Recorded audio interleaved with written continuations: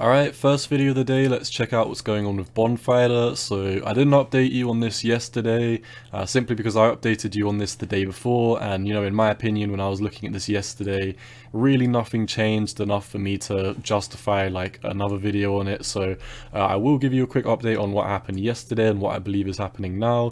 You can see, basically, we have been outlining this 189 price target for quite a long time now. For the past week or so at least, we've been outlining this target that I expect. Well, I didn't necessarily say that we were going to have a bounce from it, but I did say we do need to hold 189. If we don't hold 189, at that point I believe we'd be falling through the table. We did come down and back test. Let's see where this wick came down to. So we did back test it almost perfectly. If I move this so I can see how far it was. So we perfectly back tested it bar, basically a 2% move. So we came right down to 194 and had somewhat of a strong rally. Now, the reason I didn't update you on this rally at all is because, in my opinion, it looked like a dead cat bounce. So I really didn't want to just make a video saying, oh, we've had a dead cat bounce. It was, a half decent bounce compared to the rest of the market. I mean, we had almost a 23% pump.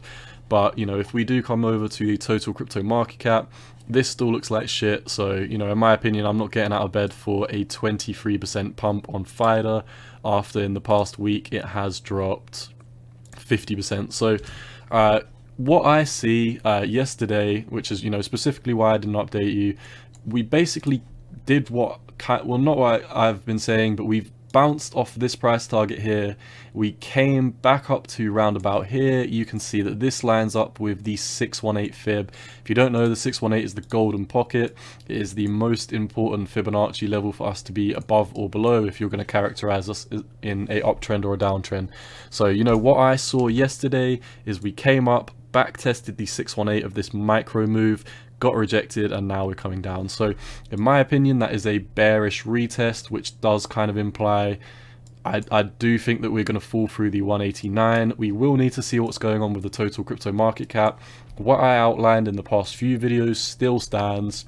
I said as long as we stay above 189, it is still possible for bullish continuation, but the longer and longer we do hang out here, the less likely I think it's going to be. I mean, if we come over to Bitcoin's fallen through the table.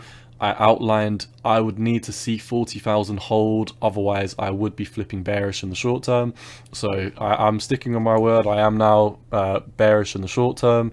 Do bear in mind I am a perma bull on Bitcoin. I do not expect this downtrend to last too long, maybe a couple of months, but it is what it is. We've got to see what's happening in the market now. So obviously total crypto market cap is breaking extremely bearish. We won't have an update on the SPY until Monday or so.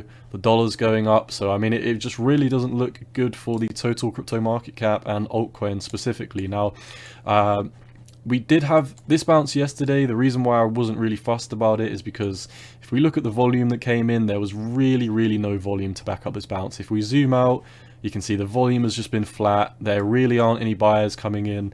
In my opinion, sellers were just somewhat exhausted, and a few people bought up this coin.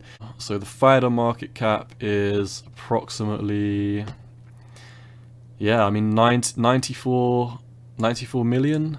So it's not, yeah, 94 million. So this does have a fairly low market cap. Obviously, do bear in mind the fully diluted is over 2 billion, but this really wasn't a move that I was going to get out of bed for personally. Obviously I'm still saying if we do stay above 189, then we are still in line for bullish continuation, but looking at the rest of the markets, it just doesn't necessarily look like it's as likely to happen, in my opinion. Now, in the past few videos, I've really outlined this one thing, and it's the Bitcoin dominance.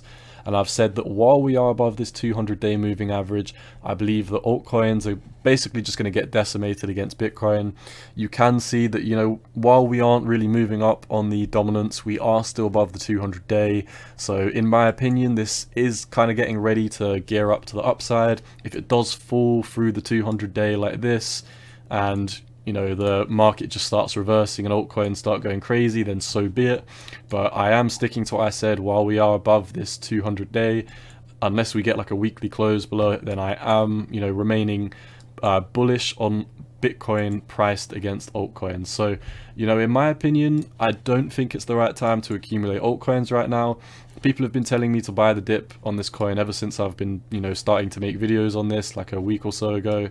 And, you know, we just have gone lower and lower and lower every time I've been told to buy the dip. So, you know, I'm going to stick with what I've said. I will buy this coin once I see a bullish reversal.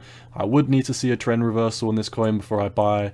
I'm not just going to keep on buying the dip because, I mean, if we go into a bear market for the next few months, then there's going to be dips on dips on dips, and I'm going to run out of capital to accumulate altcoins. So just to wrap up this video, just to kind of hammer in what I'm talking about, I have been fully into Bitcoin recently. Bitcoin is basically my only spot position bar Solana, but I am staking Solana, so I don't really consider that a spot position. So, you know, in theory, the only spot position I have currently is Bitcoin. I am sticking with Bitcoin right now because, you know, if we do look at, well, I have done it in previous videos, but if we do just look at, you know, all of the altcoins priced against Bitcoin, they are falling. So I am sitting on the sideline right now. I am holding my bag of Bitcoin, and I am looking for cheaper prices on these altcoins. So, you know, worst comes to worst, or not worst comes to worst, because, you know, this could get a lot worse. If we don't hold the 1.89, I do believe that we would be coming back down to backtest these lows down here. You can see that this is 133. You can also see that we do have confluence kind of coming in this box down here. With the previous low, we have the downtrending support, which I haven't changed it green yet because, you know, we really haven't. We basically just blasted out of this resistance. This resistance has been in play for a while.